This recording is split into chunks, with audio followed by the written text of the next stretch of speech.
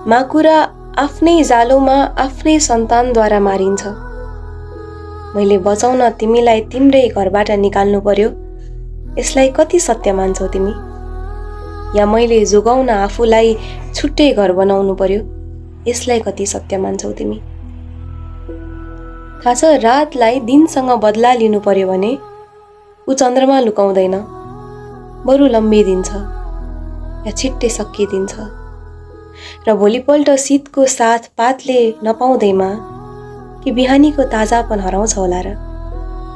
मेरो क्रोधको कम्पन हराउन त तिम्रो शरीरको एक छेउ चाहिन्छ, एक भाग, सायद काँध या घुँडा या अधर या निधार, जहाँ म मेरो हात या शिर या ओठ या सास बिसाउन सकूं या छिट्टै सकिएको त्यो रात बिताउन सकूं। तिमीलाई मसँग बदला लिनु परे तिमी के लुकाउँछौ, के लम्ब्याउँछौ या के सकाउँछौ? यी हलुका खादाहरूले तिम्रो गर्दन झुकाइरहेछ या खोज्दैछौ बहाना नजर नमिलाउने? बहिनीका ओसिला आँखाहरूले तिमीलाई पनि भिजायो होला, बाबाको घाँटीको गाँठोले तिमीलाई पनि भिजायो होला, आमाले प्रेम भरेर पठाएको घिउको बट्टा एयरपोर्टमै रोकेपछि लाग्यो होला घर पनि यही छुट्यो।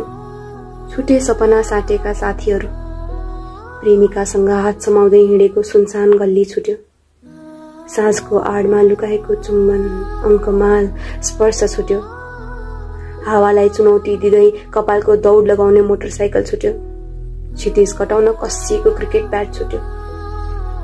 तर यत्रा सबथोक छोडेर पनि तिमी यति गरुङ्गो कसरी छौ? चिलले टिपेको चल्ला जसरी तिमी जाँदा तिमीसँगै जान्छ टाढी खेतको एक छेउ। झोला टम्म भरेर तिमी निस्कदा खाली भयो आमाको काख, ठुङ मार्ने शेर नहुँदा खाली भयो बहिनीको हात। रात नपार्नु, झट्टै फर्कनु भन्ने बुबाको कण्ठ सुकेको छ, तिमी घाम नअस्ताउने सहर जो जाँदैछौ। तर तिमीलाई लैजाने विमान यति धेरै भारी मनहरू लिएर कसरी उड्छ होला? मसँग रात छ र रातले ल्याउने सब कुरा मेरा हुन्, निन्द्रा बाहेक। रुखसँग ठोकिएर बगेको चिसो बतास, झ्यालको एक छेउबाट छिर्ने जुनको मिठास, एउटा खालीपन, चकमन्नता, अटाइ नसक्नुका उसका याद र त्यसपछिको लामो सन्नाटा। मसँग सुक्ति नहोला तर स्वप्न छ, कसरी बताउँ यो मगजको उपज कति विघ्न छ। मैले परेलामा अतीत सम्हालेर आजलाई अँगालेको छु, आफैलाई कैद गर्ने सोचको काँडेतारलाई मैले नै जन्माएको हुँ। यो निशाको नसामा चुर भएर मरेको मनको मसान मेरो, पूर्ण बाँकी किस्मतको कफनको आसन मेरो, तर्साएर दर्शाउने प्रेमको प्रेत मेरो, यो जीवन पारीको शोकसँगको भेट मेरो। मेरै हो रातमै समाहित भएको अन्धकार, मेरै हो रातसँगै आउने डरलाग्दा काला आकार। यी छाया, यी आकृतिलाई मैले आफ्नो साथी बनाएको छु, निद्राको पर्खाइमा सपनाको एउटा लामो ताती बनाएको छु। र औँसी त मेरो लागि जित हो। म मान्छु कि पूर्ण शशीलाई आफ्नो गोजीमा अटाएको छु, 15 रात हराउँछु, 15 रात यही सोचमा कटाएको छु। जस्तै सबै काला उस्तै अँध्यारा हुँदैनन्, सबै रात उस्तै प्यारा हुँदैनन्। पुष्प बिछाएका ओछ्यान एकाएक पत्थरको रक्षान बन्दा त्यही पर्दा पासो बनेर बिरिन आउँछ, त्यही बतास बटारिएर मेरो घाँटी समाउँछ। अतीतहरू यसरी ठोकिन्छन् आँखामा कि म भूतको शिकार हुन्छु, अन्ततः म पनि अन्धकार हुन्छु। तर मलाई एक्लै सोच्नेहरू, मलाई एक्लो देख्नेहरू म भनिदेऊ कि मसँग रात छ र रातले ल्याउने सब कुरा मेरा हुन्, निन्द्रा बाहेक। आन्टीको पसलमा पाक्ने चियाले मेरो बिहानी सुरु गर्छ। आजकल शिखर लाइटको धुवाँ मेरो फोक्सोमा हावा बढ्छ। एक साँझ भात पाक्यो भने अर्को रात म भोकै सुत्छु, एक तालासु रोके भने अर्को पल म रोकै हुन्छु। भन्नेलाई त कति सजिलो छ, पढाइ बाहेक केही काम छैन। आफूलाई भने काम छैन र पनि आराम छैन। प्रत्येक काँचो घाँस मुखमा पर्दा आमा सम्झिन्छु, आमा भन्दा बढी तातो खाना सम्झिन्छु। कहीँ कतै यसो बढी खर्चिए भने बाबा सम्झिन्छु। बाबाले घुमाएको बजार सम्झिन्छु। गोजी रित्ताएर दिएको त्यो 1000 सम्झिन्छु। भन्नेलाई त कति सजिलो, बाआमाले सबै पुर्याइरहेछ। आफूलाई लाग्छ यो समय मलाई यति धेरै किन पुर्याइरहेछ। नपढेर बिग्रेको पनि होइन, पढेर केही राम्रो पनि भएको छैन। अगाडि नै बढिरहेको छु जस्तो लाग्छ, फेरि यति अँध्यारो किन छ। जति जान्यो त्यति सजिलो हुनुपर्ने यहाँ यति अप्ठ्यारो किन छ। नसोध मलाई जागिर कहिलेदेखि पाइन्छ भनेर। मलाई पनि थाहा छ अब घरमा महिना मर्दा तलब चाहिन्छ भनेर। नसुनाऊ फलानुको छोराले कहाँ कति के सफल भयो। लाग्छ मैले आजसम्म गरेको सबै प्रयास विफल भयो। हेर, कि मलाई गरी खान देऊ कि मरि जान देऊ। म ओइलाएको फूल हुँ, मलाई झरी जान देऊ। भन्नेलाई पो कति सजिलो छ। आजकलको बच्चासँग ल्यापटप छ, फोन छ। आफू सोध्छु मध्यरातले एक्लो छस् भने जिस्काउँदा त्यो फोनमा को बोल्छ। भन्नेलाई पो कति सजिलो छ। जिन्दगीले झरी बनी रुजाउँदा मलाई बचाउने छाता हो तिमी। निबन्ध नै निबन्ध बीचको एउटै मात्र कथा हो तिमी। मैले तिमीमा आफूलाई हराएर आफूमा तिमी पाएको छु। मैले मेरा हरेक प्रार्थनामा तिमीलाई सामेल गराएको छु। अनि नपर अचम्म जब भन्छु मलाई तिम्रो साथ चाहिन्छ। यहाँ लासलाई उठाउन त 4 काँच चाहिन्छ। त्यसैले सास तानेदेखि फाल्दासम्म, मैले सास सम्हाल्दासम्म तिमी मेरै हुनु।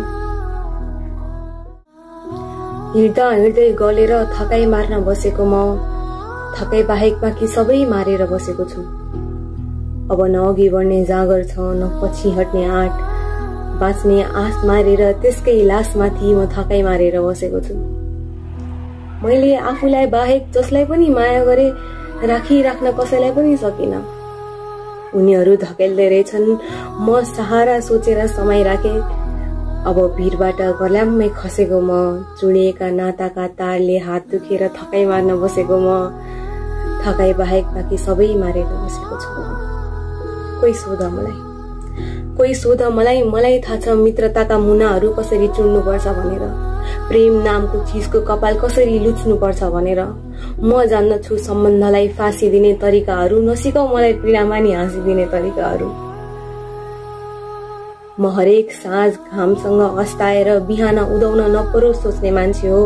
म मायाका बेलुन लिएर तिनलाई सियोले घुच्ने मान्छे हो। गाँसिएका हात छुटाउने बच्चालाको नाइके म आज आफैलाई आफू बोझ भएँ। यो दिमागको भार खप्न नसकेर थकाइ मार्न बसेको म थकाइ बाहेक बाँकी सबै मारेर बसेको छु। अब त कसैले छोडी गएको घर लाग्छु आफू। मसँगै जोडिएको आँगनलाई म भन्न सक्दिन पोलिरहेको। मेरै पछाडिको गल्लीलाई म बुझाउन सक्दिन एक्लिएको। छिमेकीले लुकेर चिहाउँदा डर लाग्छ, उसलाई देखाउन सक्दिन म छु कहाँ कहाँ रेटिएको। अनि मेरो मौनता हेर्छन् बाटो हिँड्नेहरू।